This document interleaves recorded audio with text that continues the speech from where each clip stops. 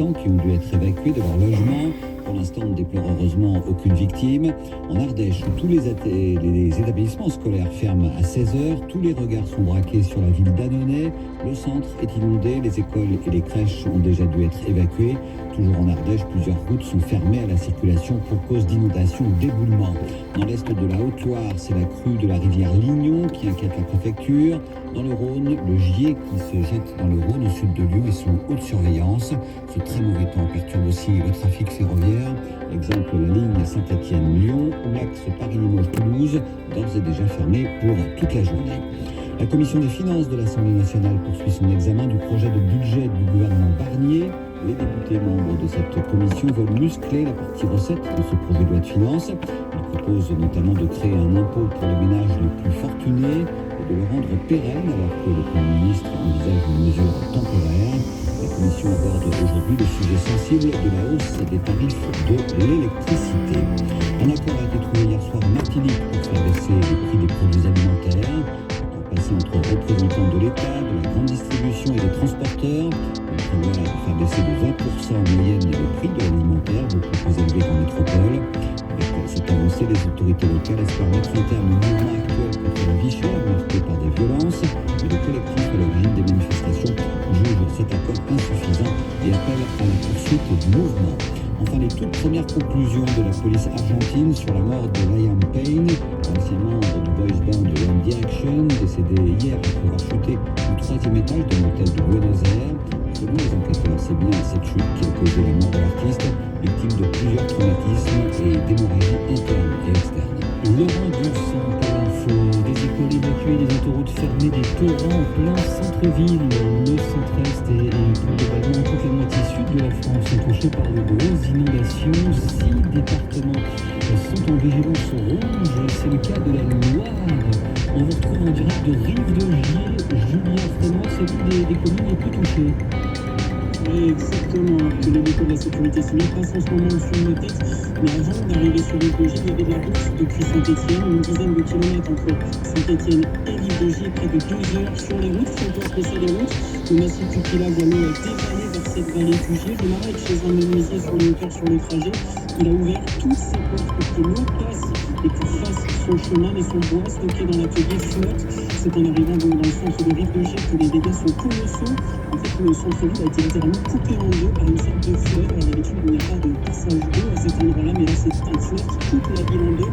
Tout le monde était sorti sur la grande place de la ville. J'ai rencontré Gisèle. Tous les commerces ont été fermés. Ils ont bien fait. On a fait tous les garages. Ça a tout inondé. Pas mal de dégâts, je pense. Je crois que ça ira beaucoup. Pour les gens qui étaient et tout, c'est vraiment impressionnant. En plus, on a eu la sirène qui a sonné plusieurs fois. C'est vrai que c'est stressant. Ça fait un peu peur. Oui, Gisèle, comme plusieurs dizaines d'habitants, elle prend des photos, elle prend des vidéos, elle appelle aussi de la famille, des amis pour savoir si tout va bien parce que vraiment l'eau est montée à hauteur de porte. Plus bas, les voitures ont complètement nagé au milieu de l'eau. Un centre a été ouvert pour accueillir les sinistrés. 2 jeunes mineurs m'ont raconté leur histoire. Elle est assez surprenante. Ils étaient au collège, le matin, collège qui a fermé. Ils sont donc partis manger une pizza en centre-ville et là, l'eau est montée. Ils se sont retrouvés bloqués à l'intérieur du restaurant. Les pompiers sont intervenus et ont monté jusqu'à la moitié de leur corps, environ 1 mètre. Ils sont trempés et attendent leurs parents.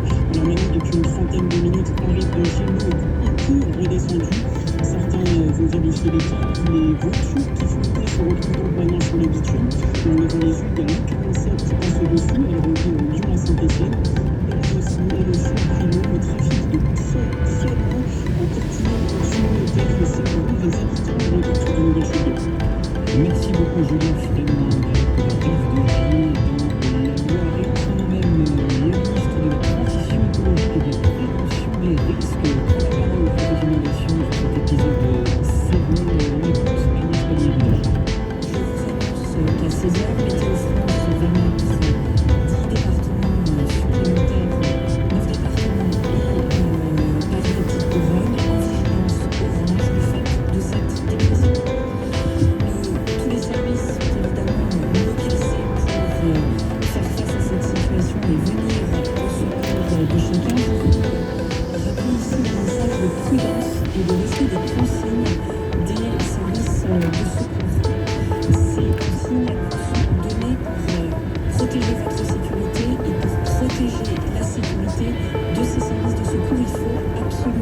respecter.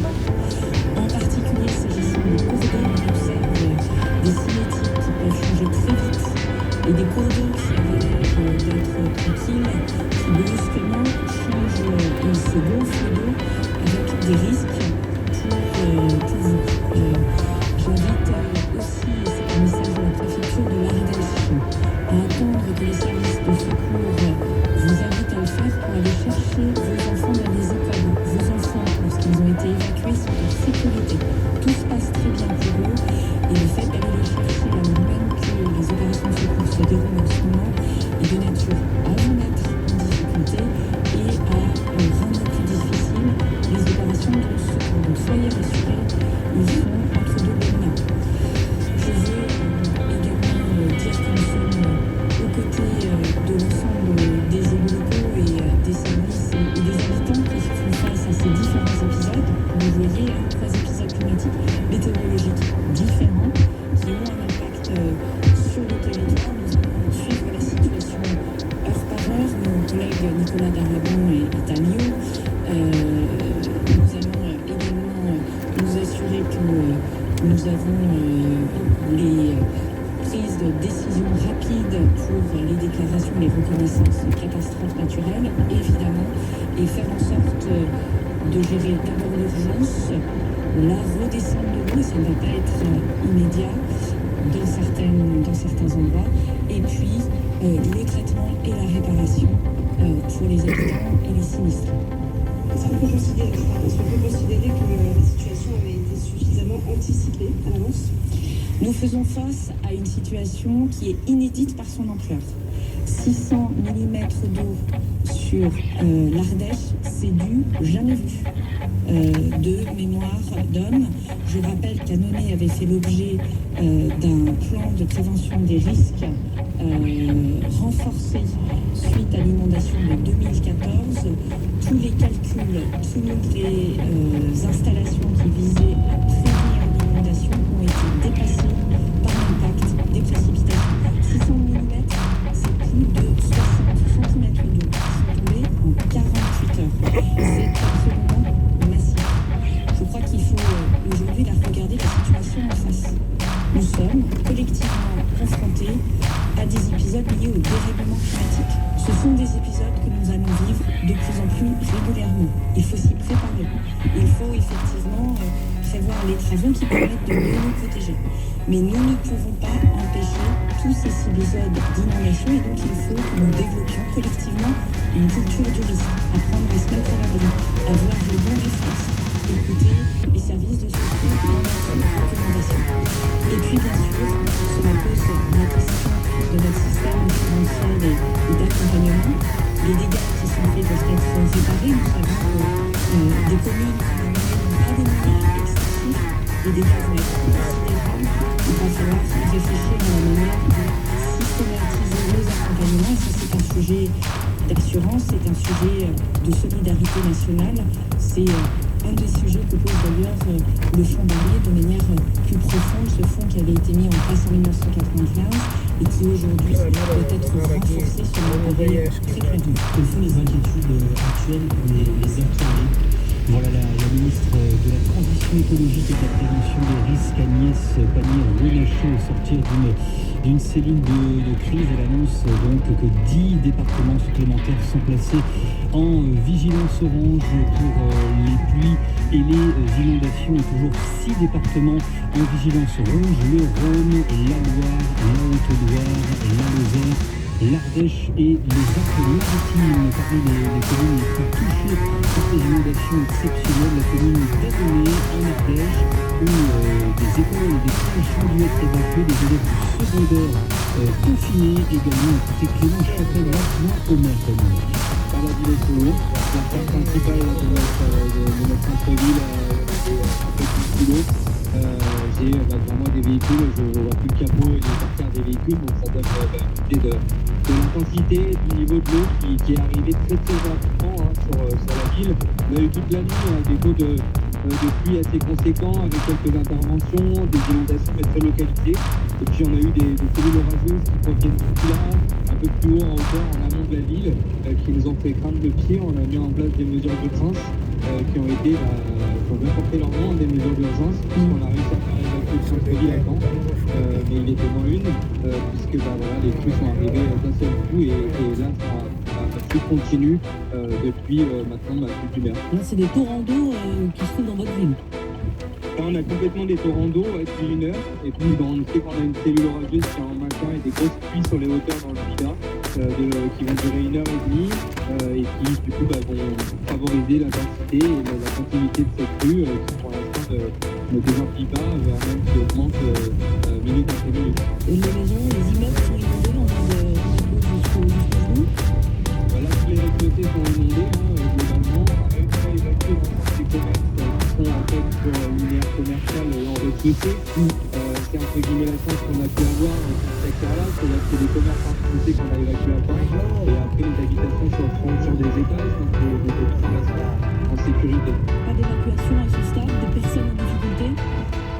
On a quelques personnes en difficulté, les sapeurs-pompiers sont en train d'intervenir, on n'a pas de blessés surtout les évacuations sur les évacuations, puisque le niveau d'eau continue de grimper et continue de s'élargir sur les rues un petit peu parallèles, là où on a l'énorme crue, les rues parallèles d'être immergées petit à petit. On a plusieurs salles municipales avec le service pour pouvoir accueillir les personnes qui sont retrouvées dans la rue, qui ne peuvent plus accéder à leur domicile. On a vu notre salarié sur les étages de notre foyer logement de assez dépendant, puisque le rez-de-chaussée est absolument inondé sur ce côté-là. On les a mis en sécurité et puis l'ensemble des personnes qui ont été évacuées dans l'été, les quelques voitures qui restent là, mais je ne sais pas, il n'y a plus personne qui peut accéder au centre-ville, on verrouille absolument. Tout est fermé, les écoles, les crèches. On a pris la décision de fermer l'ensemble des établissements scolaires et les crèches également, en demandant aux parents de se rendre dans l'établissement pour récupérer leurs enfants.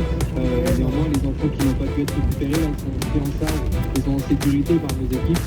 Et on est en train, globalement, là, de faire le point, mais d'envisager des rapatriements dans des gymnases ou des salles également pour que les parents puissent les accueillir. Au cas par cas, on essaie d'avancer sur ces dossiers-là et de regarder endroit après endroit, établissement après établissement, les difficultés, le nombre d'élèves qui sont encore présents pour pouvoir les confier à leurs parents en toute sécurité, mais alors je crois que tout le monde est en sécurité. Et les rues donc, du centre-ville sont inondées, les routes d'accès à Annonay. Les routes d'accès pour l'instant sont relativement épargnées, puisque en fait on a un centre-ville qui est complètement en contrebas d'une ville qui est très jalonnée, avec beaucoup de dénivelé. On arrive progressivement là à circuler relativement correctement, j'ai envie de dire. La difficulté, c'est qu'on a vraiment toutes les personnes pas se déplacer, même les personnes qui sont pas dans le centre-ville, pour éviter d'aller favoriser les embouteillages et les blocages, parce que l'objectif là, il est encore en cours d'élaboration, c'est vraiment d'évacuer d'autres secteurs, un peu sur les rues parallèles comme je l'ai disais dans le centre-ville, et ces véhicules qu'on arrive à évacuer tout à coup, qui puissent sortir du centre-ville et regarder les hauteurs de la ville pour être en sécurité. Donc voilà, on essaye de verrouiller là complètement le centre-ville. Vous avez suffisamment de secours là, de moyens pour les auxiliaires? Là, les moyens sont complètement engagés. On a une certaine intervention en cours depuis cette nuit avec les sapeurs-pompiers, les forces de l'ordre. On a mobilisé l'ensemble des équipages du Annonay. Mais pour l'instant, voilà, on est en manque de personnel. Et en tout cas, pour l'instant, c'est suffisant. Et pour les heures qui viennent, quelle est la priorité? Ça risque de s'aggraver? Pour l'instant, on suit les choses de près. On a une inquiétude sur la fin de journée, pareil, avec une cellule orageuse qui se situe dans le Pila et voilà, qui est en hauteur, et on sait que ça va dégringoler, que ça va forcément par gravité arriver chez nous. On suit ça de près là, et on a quand même une inquiétude sur la fin de journée. Donc le périmètre est bouclé. On va prendre des décisions dans l'après-midi probablement pour pouvoir peut-être être amené à héberger des personnes qui ne pourront pas regagner leur domicile si on n'a pas de décrue en fin de journée. Clément Chapelle, maire adjoint au maire d'Annonay, avec Marie Bernardo sur France Info. Savez-vous qu'il est possible de faire un leg au Secours populaire français? Oui, et c'est pour moi la plus belle manière d'agir pour un monde plus juste et plus solidaire. Grâce à mon leg au Secours populaire, je suis sereine. Je sais que le peu que je possède servira une cause et des valeurs qui me sont très chères. Demandez notre documentation gratuite au 01 44 78 79 26 ou rendez-vous sur secourspopulaire.fr. Secours populaire, on peut donner du bonheur, on peut aussi le transmettre. Bienvenue aux amateurs de poissons qui cherchent toujours de nouvelles idées pour se régaler. Jusqu'à dimanche chez Picard, profitez de moins 30% sur une sélection de produits avec la carte Picard et nous, comme nos 4 pavés de saumon atlantique.